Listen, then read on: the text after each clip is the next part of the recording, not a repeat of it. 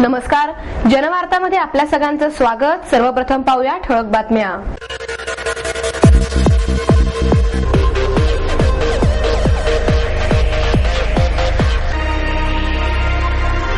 ज्येष्ठ समाजसेवक अण्णा हजारेंना पाठिंबा देण्यासाठी शहरातून भव्य कॅन्डल मोर्चा, तर शिवसेनेच्या वतीने सरकार विरोधात तीव्र निदर्शने।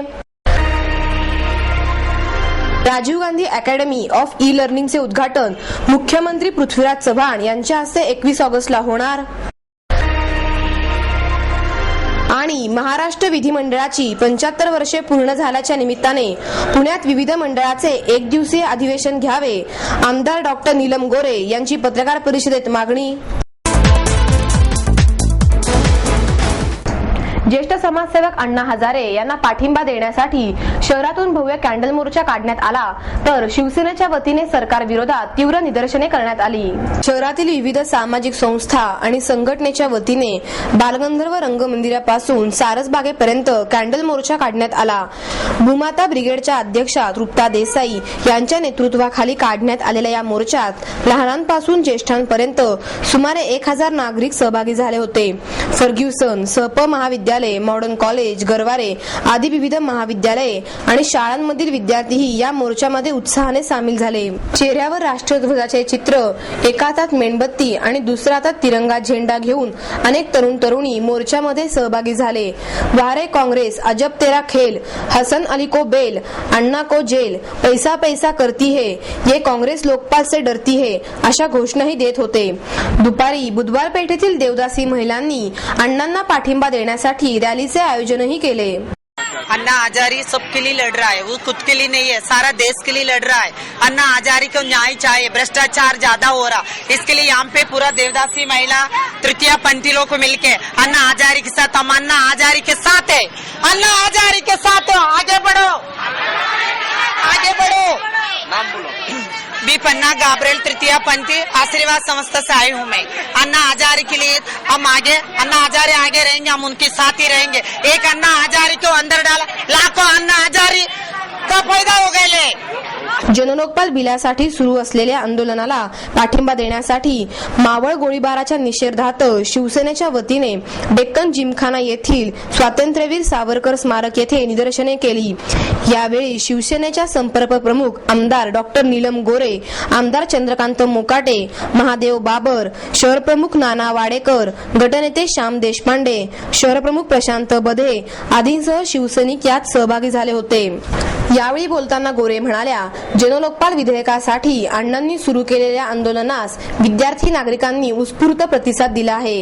या आंदोलनावरील लक्ष विचलित करण्यासाठी राहुल गांधी यांनी मावळात जाऊन मृतांच्या नातेवाईकांची भेट घेतली, असेही गोरे यांनी सांगितले। ज्ञान हे आर्थिक आणि सामाजिक विकासाचे चलन बनले आहे, असे मत शिक्षणतज्ञ अरुण निगवेकर यांनी व्यक्त केले। कुमार बिल्डर फाउंडेशनने स्वर्गीय केसरीमल जैन यांच्या स्मृती प्रित्यर्थ सुरू केलेल्या सर्वांगीण विकास योजनेअंतर्गत पात्र ठरलेल्या शाळांना आदर्श शाळा, तर 2 शिक्षकांना उपक्रमशील आणि सत्वशील शिक्षक पुरस्कार देऊन अरुण निगवेकर यांच्या हस्ते गौरविण्यात आले। यावेळी माजी शिक्षण अधिकारी प्रकाश परब, DS पाटील, कुमार बिल्डरच्या कृती जैन आदी मान्यवर उपस्थित होते। कैलासवासी पु ग वैद्य यांच्या स्मृती प्रित्यर्थ उपक्रमशील शिक्षण हा पुरस्कार नुमवी प्रशालेचे भारत सुरसे यांना देण्यात आला, तर कैलासवासी प्र द पुराणिक यांच्या स्मृती प्रित्यर्थ आदर्श शाळेचा दुसरा पुरस्कार साताऱ्यातील श्री कोल्हेश्वर विद्यालयाला देण्यात आला, तर तिसरा पुरस्कार पुरंदर तालुक्यातील हुतात्मा उमाजी नाईक या प्रशालेला देण्यात आला। यावेळी अरुण निगवेकर म्हणाले, शिक्षण क्षेत्राकडे प्रत्येकाचा पाहण्याचा दृष्टिकोन वेगळा आहे। काही जण या क्षेत्रात येऊन थांबतात, तर काही नाविन्याचा शोध घेतात। शिक्षणाचा प्रसार योग्य दिशेने झाला तर राष्ट्राचा विकास होतो। ज्ञानाचा केंद्रबिंदू माणूस आणि निसर्ग आहे। विकासात पुढच्या पिढीचा विचार करायला हवा। ज्ञान हे नवनिर्माण आणि विध्वंसक अशा दोन्ही प्रकारे वापरले जाते। अशा ज्ञानाला योग्य दिशा देण्याचे काम शिक्षण करते। सर्वांगीण विकासात जुन्याची जाणीव करून ठेवून नव्याची सांगड घालणे आवश्यक आहे।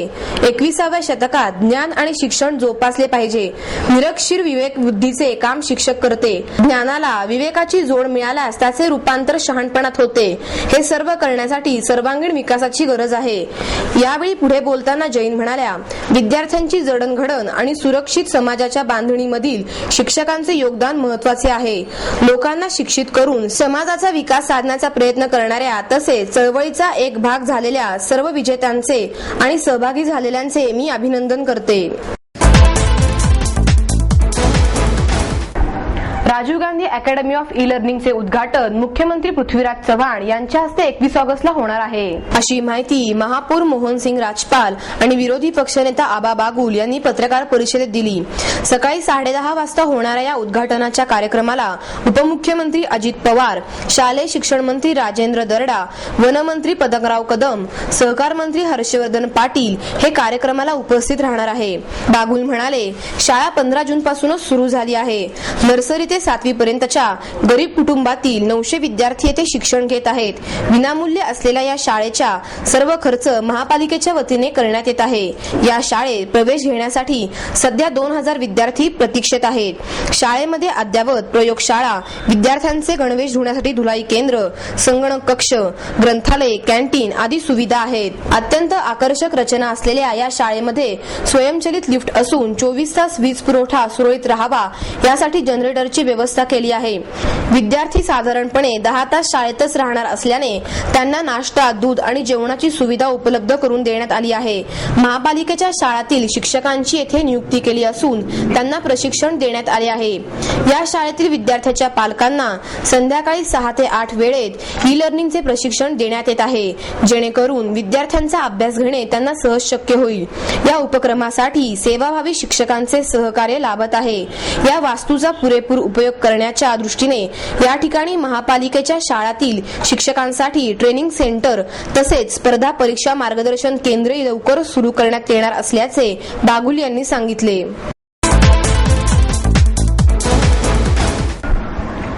चित्पावन अस्तित्व संस्थेच्या वतीने आरक्षण काल, आज आणि उद्या या विषयावरील परिसंवादाचे आयोजन करण्यात आले. या प्रसंगी इतिहास संशोधक पांडुरंग बलकवडे, ज्येष्ठ विधिज्ञ अॅडव्होकेट दादासाहेब बेंद्रे, राष्ट्रवादीच्या शहराध्यक्षा अॅडव्होकेट वंदना चव्हाण, माजी आमदार विश्वास गांगुर्डे, प्राध्यापक अभय अभ्यंकर यामध्ये सहभागी झाले होते.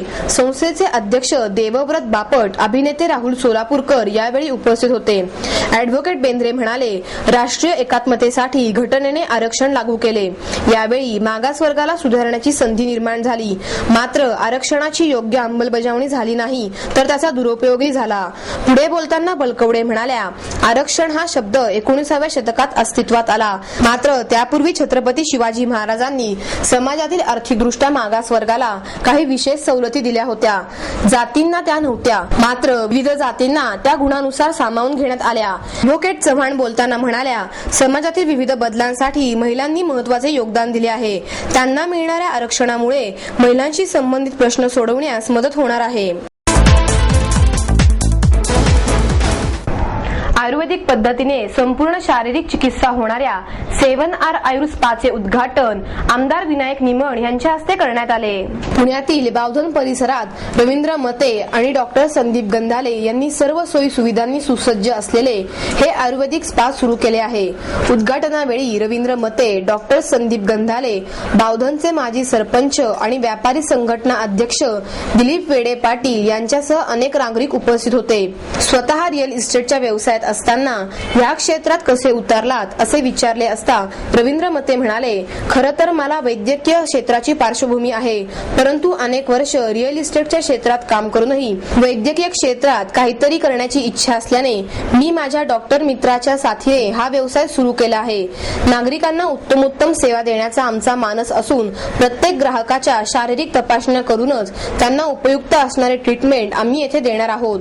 या स्पा मध्ये panchakarma therapy, Swedish, Thai, reflexology अशा विविध प्रकारच्या मसाज थेरपी, त्याचप्रमाणे golden facial, herbal facial, chocolate facial अशा प्रकारच्या फेशियलच्या सुविधा येथे उपलब्ध आहेत असेही त्यांनी सांगितले.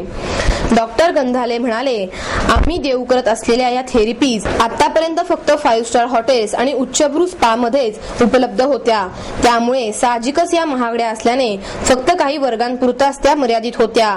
या थेरपीज सर्वसामान्यांपर्यंत पोहोचण्यासाठी आम्ही या स्पाद्वारे आता सज्ज झालो आहोत.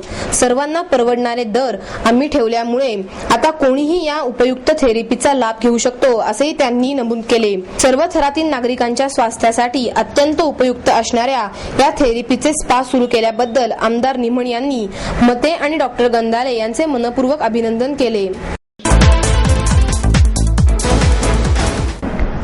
महाराष्ट्र विधिमंडळाचे 75 वर्षे पूर्ण झाल्याच्या निमित्ताने पुण्यात विधिमंडळाचे एक दिवसीय अधिवेशन घ्यावे अशी मागणी आमदार डॉक्टर नीलम गोरे यांनी पत्रकार परिषदेत केली. यावेळी राजेंद्र शिंदे यांच्यासह अन्य मान्यवर उपस्थित होते. यावेळी गोरे म्हणाल्या, पुणे शहराचा विकास आराखडा अजूनही शासनाकडे प्रलंबित आहे. त्याचप्रमाणे पुणे जिल्ह्यातील धरणग्रस्त, प्रकल्पग्रस्त नद्यांचे प्रदूषण, तीर्थक्षेत्रांचे प्रलंबित प्रश्न, पंढरपूर विकास आराखडा, ऐतिहासिक किल्ले याप्रमाणे अनेक प्रश्न प्रलंबित आहे. हे प्रश्न सोडवण्यासाठी हे विधिमंडळाचे अधिवेशन शहरात घ्यावे अशी जनतेची ही मागणी आहे असेही गोरे यांनी सांगितले. पुणे जिल्हा मध्यवर्ती सहकारी बँकेत 42 कोटींचा गैरव्यवहार नुकताच उघडकीस आला असून त्या गैरव्यवहारांची चौकशी पूर्ण झालेली नाही. 42 कोटींचा घोटाळा असून देखील तो 22 कोटींचा दाखवण्यात आला आहे. याविषयी शासनाने संचालक मंडळ बरखास्त करून अधिकाऱ्यांवर कारवाई करावी यांसह अनेक मागण्या गोरे यांनी केल्या. यावर सभापती शिवाजीराव देशमुख म्हणाले, हा प्रस्ताव शासनाचा विचाराधीन असून याबाबत शासनाने एक उच्च अधिकार समितीची स्थापना केली असून त्या समितीचा अहवाल शासनास प्राप्त झाल्यावर याबाबतचा अंतिम निर्णय घेण्यात येईल असेही गोरे यांनी सांगितले. आवाज महाराष्ट्राचा हा महाअंतिम सोहळा 25 ऑगस्ट रोजी गणेश कला क्रीडा मंच येथे होणार आहे. यावेळी पार्श्वगायिका आशा भोसले, प्रसिद्ध गायक शंकर महादेवन, साधना सरगम, आनंद शिंदे यांच्या उपस्थितीत हा सोहळा रंगणार आहे. मी मराठी वाहिनी आणि साईबाबा टेलिफिल्मची महाअंतिम फेरीचे पुण्यात संग्राम मित्र मंडळाच्या वतीने आयोजन करण्यात आले आहे. या सोहळ्याविषयीची माहिती प्रसिद्ध गायिका साधना सरगम यांनी पत्रकार परिषदेत दिली. यावेळी गायक आनंद शिंदे, स्थायी समितीचे अध्यक्ष गणेश बिडकर, हर्षल कार्तिकर उपस्थित होते. यावेळी सरगम बोलताना म्हणाल्या, पुण्यातील रसिकांसमोर कला करण्याची संधी या 4 जणांना मिळणार आहे. पुण्यनगरीत गायल्यानंतर त्यांना नक्की आत्मविश्वास मिळेल. पुणेकरांपुढे त्यांनी गावं यासाठी ही फेरी होत आहे. या कार्यक्रमातून गुरु शिष्य परंपरेचं नातं जपण्यात आले. महेश कंटे, जयंत पासारे, आयात शेख आणि प्रल्हाद जाधव या 4 जणांची निवड 16 जणांमधून करण्यात आली आहे. भोसले यांनी निवड केली असून महाअंतिम सोहळ्यात कोण बाजी मारणार याची सर्वांनाच उत्सुकता आहे. हा कार्यक्रम 28 ऑगस्ट रोजी सायंकाळी 7 वाजता मी मराठी या वाहिनीवर होणार आहे. विजेत्याला मुंबईमध्ये फ्लॅट देणार आहे असे हर्षल कार्तिकर यांनी सांगितले. आत्मचरित्र स्वतःचा आणि नियतीचा शोध घेते असे प्रतिपादन ज्येष्ठ साहित्यिक डॉक्टर नागनाथ कोतापल्ले यांनी केले. ज्ञानसूर्य प्रकाशनच्या वतीने उषा परम लिखित आणि उमा काळे संपादित परमदृष्टी या आत्मचरित्रपर पुस्तकाचे प्रकाशन डॉक्टर कोतापल्ले यांच्या हस्ते करण्यात आले. 83 वय असणाऱ्या उषा परम या परमदृष्टीच्या अंधलेखिका आहेत. यावेळी डॉक्टर विजय कोतापल्ले, पुणे जिल्हा शिक्षण मंडळाचे मानद सचिव सतीश उरसळ, ॲडव्होकेट मोहन देशमुख आदी मान्यवर उपस्थित होते. यावेळी डॉक्टर कोतापल्ले बोलताना म्हणाले, आत्मचरित्र परंपरेत उषा परम यांचे परमदृष्टी हे आत्मचरित्र वेगळे असून संघर्षमय आहे. हा संघर्ष समाजाशी असण्यापेक्षा स्वतःशी आणि नियतीशी आहे. हे पहिले आत्मचरित्रपर पुस्तक विलोभनीय आहे, तितकेच अभूतपूर्व आणि अलौकिक आहे. एका अभ्यासू आणि कलात्मक वृत्तीने जीवन जगणाऱ्या उषा परम या अंध नसून परमदृष्टी घेऊन जीवन व्यतीत करणाऱ्या आहेत. यावेळी प्रास्ताविक उमा काळे यांनी केले.